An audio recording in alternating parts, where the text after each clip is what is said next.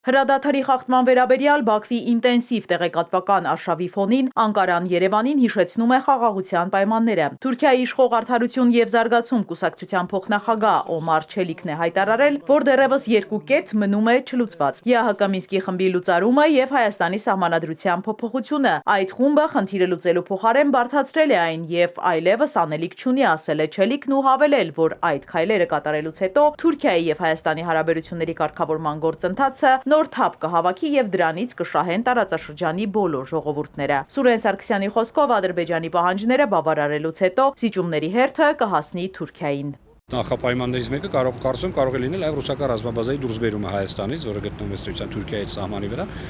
Այնպես որ Թուրքիան դա մեր մարտահրավերների հաջորդ փուլն է, նույնիսկ եթե այս փուլը կարողանանք ինչ-ինչ հրաշքով հաղթահարել, հաջորդ փուլը լինելու է Թուրքիայի նախապայմանները, որոնք ոչ պակաս կոշտ եւ բարդ են լինելու, քան Ադրբեջանի ներկայացրածները։ Խաղաղության համաձայնագրի տեքստը պատրաստ է, բայց Ալիևը չի շտապում այն ստորագրել։ Մասնագետի խոսքով դա վտանգավոր գործընթացի ոչ թե ավարտական փուլերից է, այլ սկիզբը։ Նոր նախապայմանները բնականաբար Ադրբեջանը քաշել է պայմանագրի ստորագրումից հետո նախապայմաններ, որոնք Հայաստանը ստիպված է լինելու նորից կատարել, որպեսզի Ադրբեջանը, ինչպես Ալիևը ասեց, դուրս չգա ընդհանրապես պայմանագրից, ասեց ցանկացած ժամանակ կարող են պայմանագրի ստորագրել, հետո պայմանագրից դուրս գալ։ ԱՄՆ-ում շատ լավ հասկանում են, որ Ադրբեջանի հնարավոր ագրեսիան տարածաշրջանում կարող է որոշ խաղաքարտեր խառնել։ Հետևաբար անհրաժեշտ է Բաքվին զերծ պահել արկածախնդրությունից եւ Հարավային Կովկասում լարվածություն թույլ չտալ։ Մեծ հաշվով, եթե Միացյալ Նահանգների նախագահը իրեն դիրքավորում է որպես խաղաղություն բերող քաղաքական գործիչ, ու մորոք պատերազմներ չեն լինում, աշխարհում խաղաղություն է տիրում, իհարկե այստեղ որևէ լարում այդ տրամաբանությունից չի բխում, սա առաջին։ Երկրորդը Թրամփը կարծում եմ ցանկացած պարագայում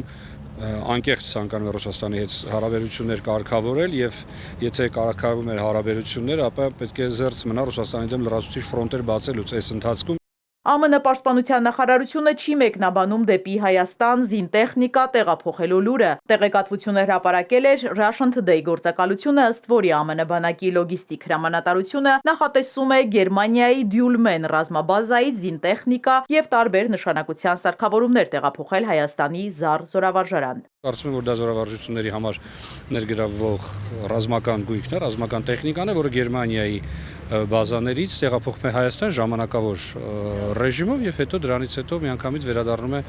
մշտական տեղակայման վայր, այսինքն Գերմանիա։ Տեղեկություն կա, որ տեխնիկան Հայաստան է տեղափոխվելու Վրաստանի տարածքով։ Ամերիկյան տեխնիկան մեր երկրում կմնա մինչև սեպտեմբերի 20-ը։ Թրամփի վարչակազմը դեմ չի եղել, որպեսզի սրանք իրականացվեն։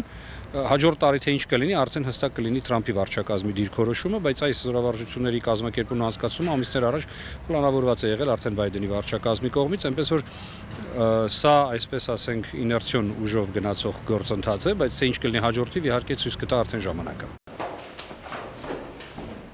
Հայ-ամերիկյան ռազմավարական գործակցության փաստաթղթի իրագործման մասին ըստ Սարգսյանի դեռ վաղ է խոսել։ Քայլերը պետք է Հայաստանը ձեռնարկի, այլապես այն կմնա ամերիկյան պահոցում։ Իզաբելլա Հովհաննիսյան, Ալեքսանդր Կիրոյան, Էպիկենտրոն։